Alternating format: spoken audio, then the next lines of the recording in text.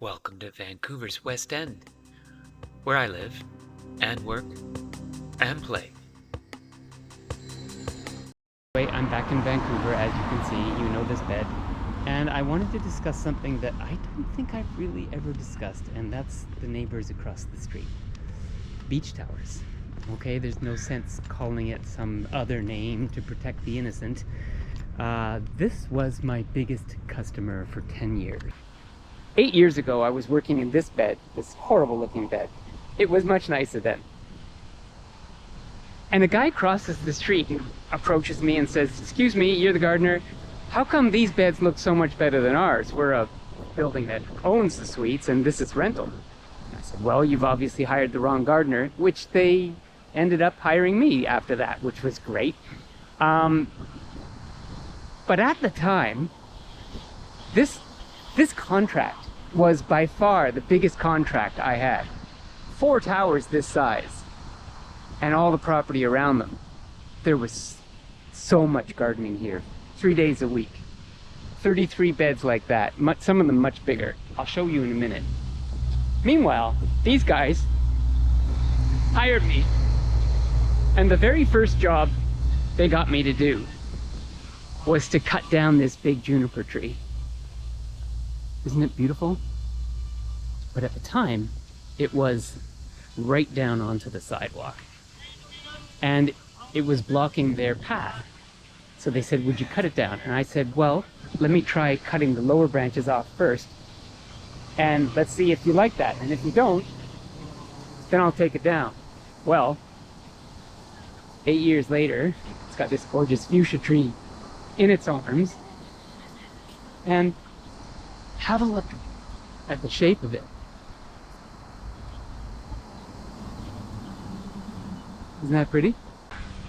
Here's the view from the 13th floor. I can't take you inside because it's chock-a-block with video cameras. But they're gone till May, and it's only September 1st. So I got the run of the place. Might as well show you the view. Nice, huh? You should see inside. I had that contract. I had bought that contract for a fortune at the time. It's kind of a joke now, but at the time it was a lot, and it took me a year and a half to pay it off. But I worked here for 10 years, more than 10 years, building these beds up to be really beautiful. Went through 4 building managers, and the 4th one finally said to me one day, "By the way, you know the office, which is right in there where that car's coming out, where you keep all your tools? Well, we need it for bikes. So you have to be out by the end of the month." At which point I quit. But look at this bed. This is one bed, bed 12. And it's a shadow of its former self. But it's still really pretty, considering we've had no water at all this summer. But check this out. This is called a crepe myrtle. Crepe myrtles are very rare. I don't know of any others in Vancouver. I found them in France, in the Medoc region, and just like said, "What the hell is that? It's so beautiful." And after some asking around, got the name and then had it imported. And there's 3 of them on the property.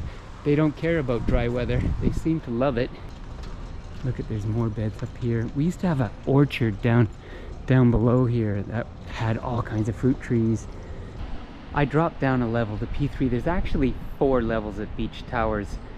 This is the 2nd lowest. I'll show you the lowest in a second. And then there's 2 more above it, over 1.5 city blocks.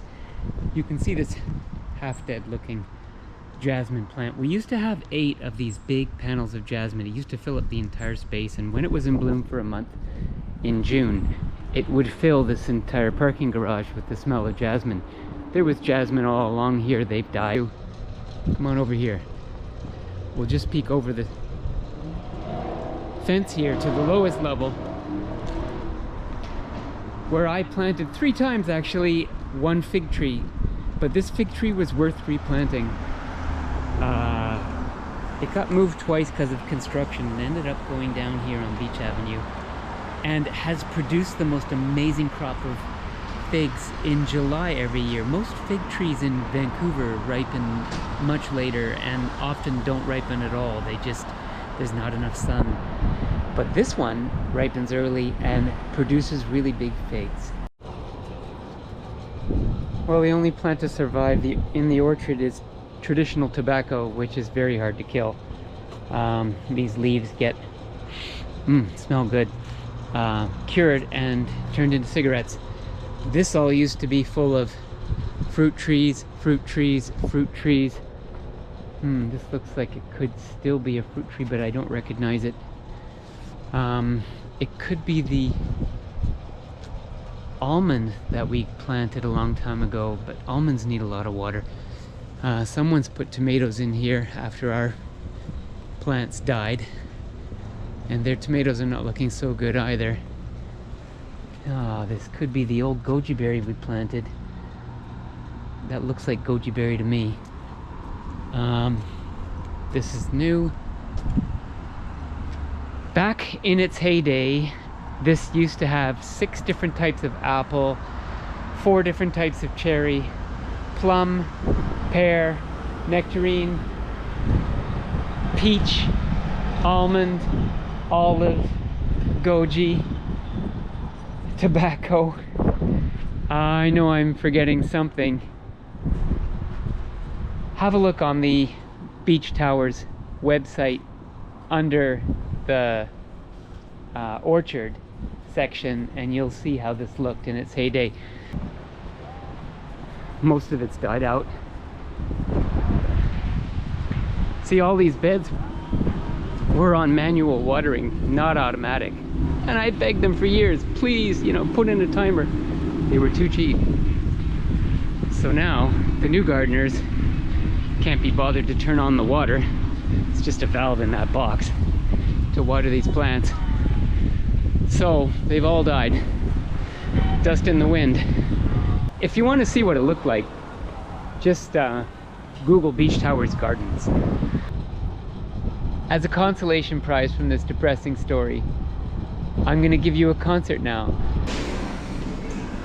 In an attempt to be a Renaissance man, more well-rounded, I'm teaching myself the piano over the last few years. And I'm going to play you a song in Safeway right now, I hope. It's a sad song. It's called A Lonely Walk. So bear with me. Don't cry, okay?